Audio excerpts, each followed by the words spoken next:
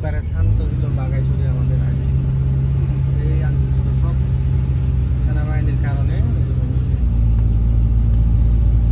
বাঘাইছড়িতে আগে কি একটা ঘটনা ঘটছিল যেন মনে হইতেছে?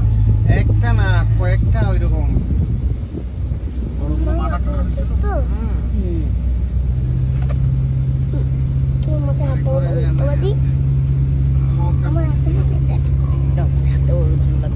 এদের মধ্যে দ্বন্দ্বটা কি নিয়ে?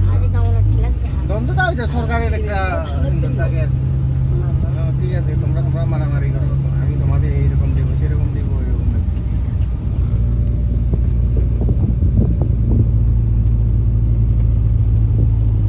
এইখানকার রাস্তাগুলা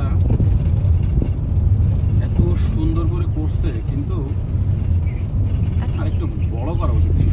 বড় মানে আরেকটা গাড়ি যদি পাশ দিয়ে যায়। আমিও শান্তি বাহিনী ছিলাম তো দাদা। ছিলেন না? তবে এখানকার না, আমি অনেক আগে 83 সালে। তাহলে তো আপনি অস্ত্র টস্ত্র চালাইতে জানেন? অবশ্যই ট্রেনিংটা আমাদের ভালো ছিল। আমি যে এই যুদ্ধে সপ্তম বছর পর্যন্ত মানে ছিলেন নিষ্ক্রিয়, সক্রিয় নয়, নিষ্ক্রিয়ভাবে আমি ছিলাম ওইখানে ভোটরে। প্রায় সপ্তম বছর পর্যন্ত আমি ছিলাম। ভোটরে কী হচ্ছে কি না হচ্ছে, কে যাবে সব কিন্তু আমি দেখতাম। ভোটরে কে কে যাবে।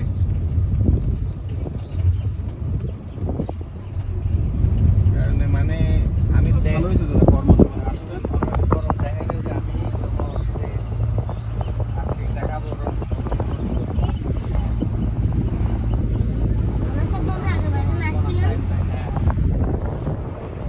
মন্ত্রী মিনিস্টার আমার কাছে যায় আমানত হয়েছে।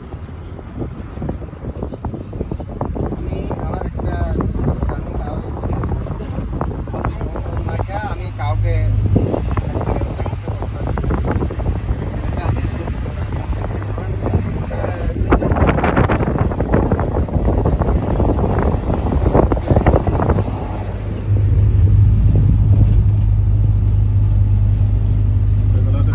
অনুমতি ব্যতীত পাখি মারছে যে একটা বন্দুক দিয়ে। আমরা ছিলাম তখন 153 জন। তারপরে মেহমান ছিল আরো 60 জন, তাহলে 53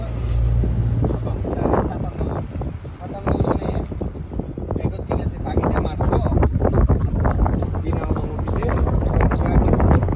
সবাই খাইতে পারে মতো করে রান্না করতো। আমি রিকোয়েস্ট করে যদি বলে আমি খাইতে পারি না, কিভাবে রান্না করবো? এরা মানে একটু ব্রেন খানা দেখলে যে মানে সোনাবদের মতো পিস্তল দিয়ে মানে একটা সালা চল্লিশ হয় না। হ্যাঁ, তাও হয়। মানে সমর্থকরা করে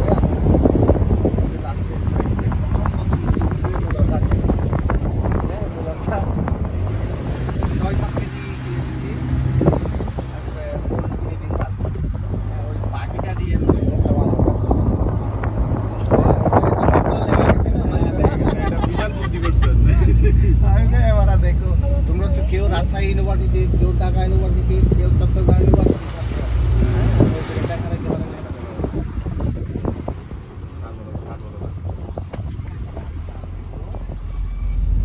সবার কাছে মানে খাওয়ার পরে জিগেলাম আমি, খাইতে পারছো?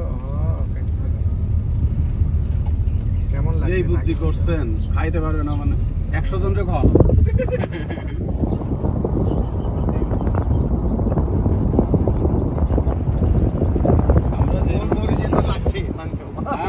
এটাই তো বলতেছি, 100 জনরে খাওয়া হইতে আর মারে না অনুমতি ছাড়া। আমি কোনো প্রাণী মারতে দেখি না। আপনি যাই করেন একটা আতঙ্ক থাকে। তারপরে যে অস্ত্র মানে আমি দিই নাই, যে আমার তো চাকরি টাকরিও ডাকছিল, আমি যাই নাই।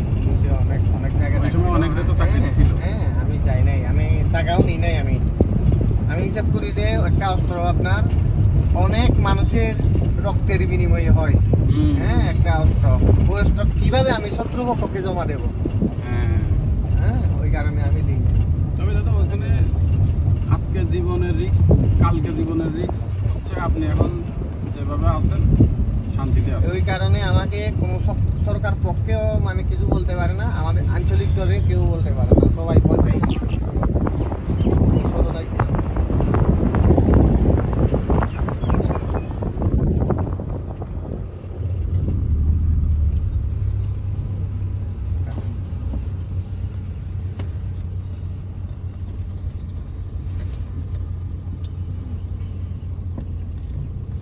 আজকে তো এরা উঠেও নাই।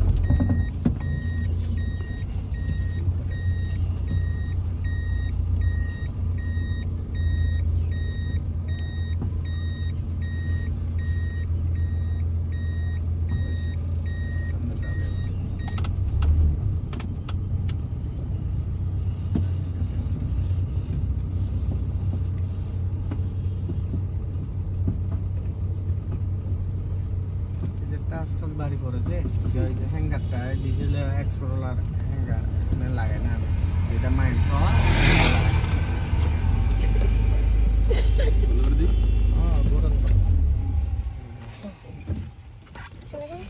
এটা আমি দরজা খুলছি,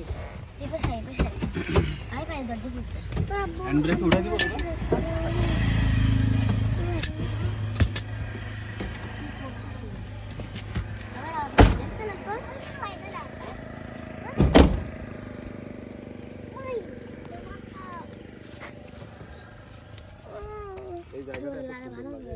মামনি টাকা নিয়ে যাচ্ছ, টাকা নিয়ে যাচ্ছ, গাড়ি ভাড়া দিবা না? বলো আঙ্কেলের গাড়ি ভাড়া আমাদের দেওয়া লাগবে না। আঙ্কেলের গাড়ি কিন্তু